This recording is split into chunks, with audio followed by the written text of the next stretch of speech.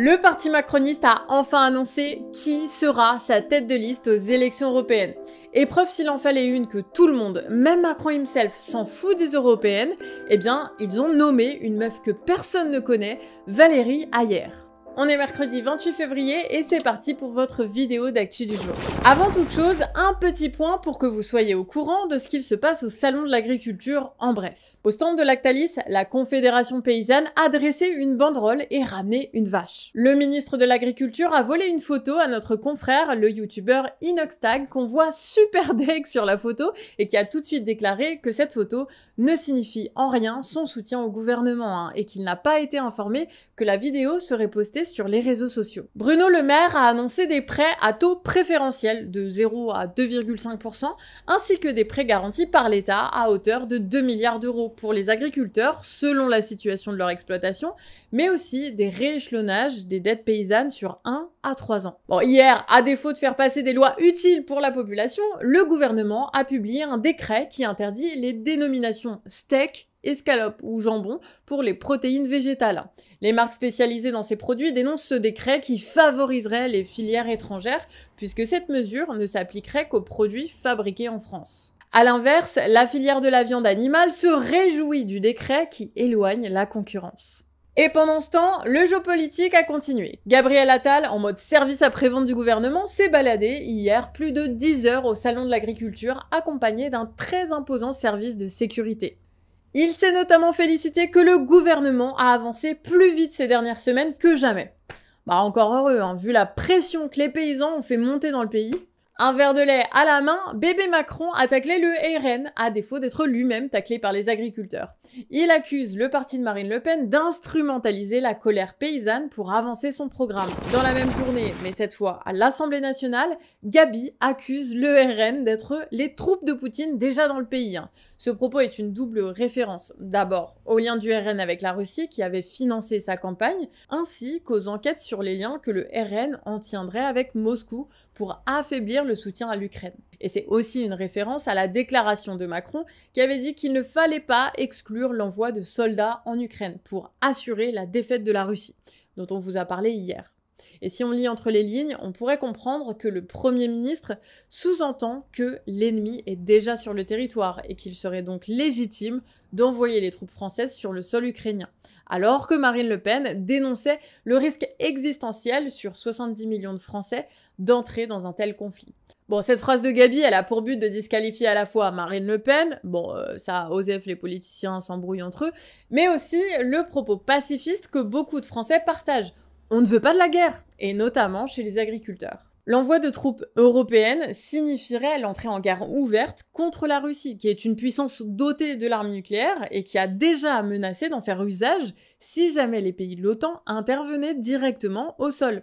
Et d'ailleurs, tous les responsables politiques de l'OTAN rejettent cette affirmation de Macron. Les États-Unis ont fait savoir hier qu'ils n'enverront pas de troupes combattre en Ukraine, ainsi que l'Allemagne, l'Espagne, l'Italie et le Royaume-Uni qui ont opposé une fin de non-recevoir aux propos d'Emmanuel Macron. Après quoi, le ministre des Armées Sébastien Lecornu a stipulé « Il est clair qu'il n'est pas question de faire la guerre à la Russie ». Cela dit, la production d'armes augmente et le ministre affirme que la production d'obus français allait passer de 3 000 par mois à 5 000 à la fin de l'année 2024. Tandis que Macron, lui, a annoncé la création d'une coalition pour l'achat de munitions hors d'Europe, afin de fournir à Kiev des missiles et des bombes de moyenne et longue portée. Allez, aujourd'hui, on fait à nouveau un point abonné, et peut-être que si vous écrivez suffisamment à actu@lecanardrefractaire.org avec des informations trop cool dont on n'a pas parlé, Johan et Ellie pourront enfin arrêter de nous bassiner avec leur foot, non?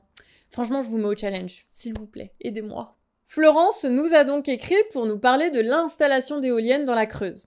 La société Neoen compte installer un parc de 6 éoliennes, plan validé par la préfète locale, contre l'avis de 2 enquêtes publiques menées ces dernières années. Alors les enquêtes, elles ont mis en avant le trop peu de vent sur le plateau, qui ne produirait pas assez d'énergie, mais aussi le risque de contamination des sols et des cours d'eau avec les lubrifiants industriels utilisés pour faciliter la rotation des éoliennes. La pollution des eaux pourrait entraîner la disparition d'espèces endémiques qui sont déjà en danger quant à leur survie.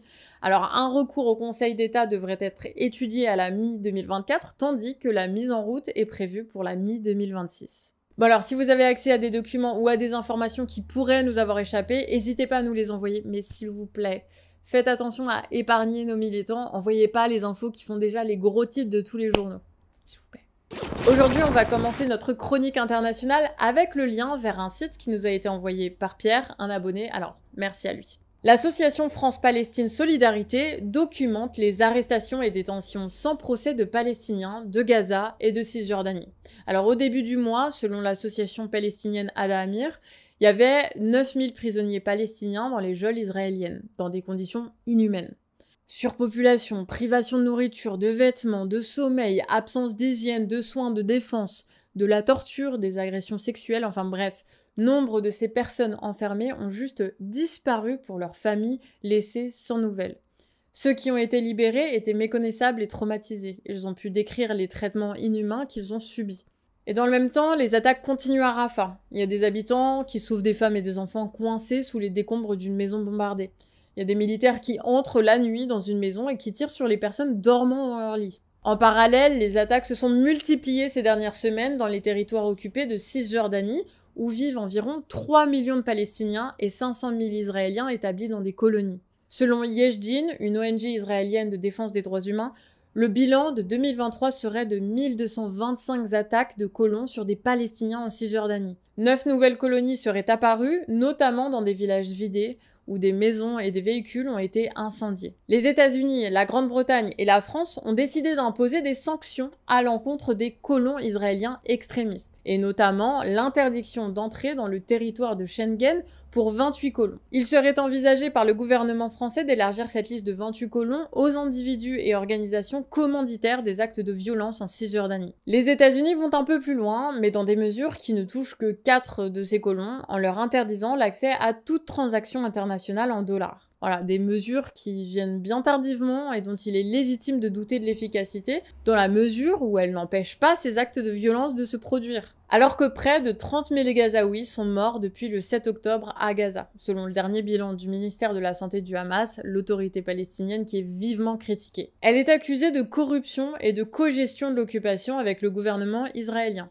même si son autorité ne s'exerce qu'en Cisjordanie, puisque, rappelons-le, le Hamas est aux commandes de Gaza. Des opposants à Mahmoud Abbas, l'actuel président, plaident pour une autorité palestinienne réformée qui serait à terme en charge et de la Cisjordanie et de Gaza, et ce sous la bannière d'un État palestinien indépendant. C'est dans ce contexte que ce lundi, le premier ministre de l'autorité palestinienne a remis sa démission au président Mahmoud Abbas. Le cabinet de guerre israélien a donné son aval samedi 24 février pour poursuivre des discussions concernant une trêve dans la bande de Gaza, sur la table depuis la fin janvier. Alors Joe Biden dit espérer un cessez-le-feu dès lundi prochain.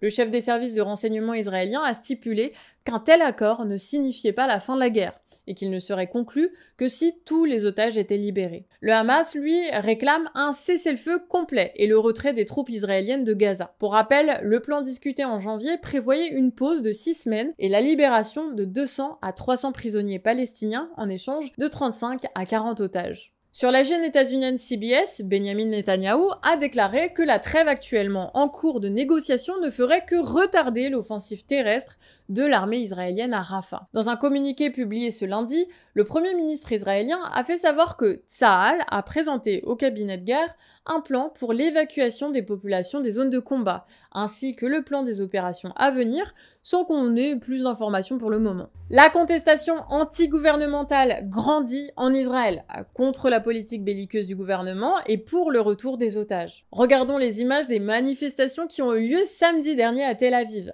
Alors selon Le Monde, le rassemblement aurait été dispersé avec un canon à eau. Dans Le Monde aussi, les manifestations continuent dans un climat de répression de plus en plus violent. Des lycéens italiens manifestant pour les droits des Palestiniens ont été passés à tabac par la police, équipés comme s'il fallait faire face à des émeutiers.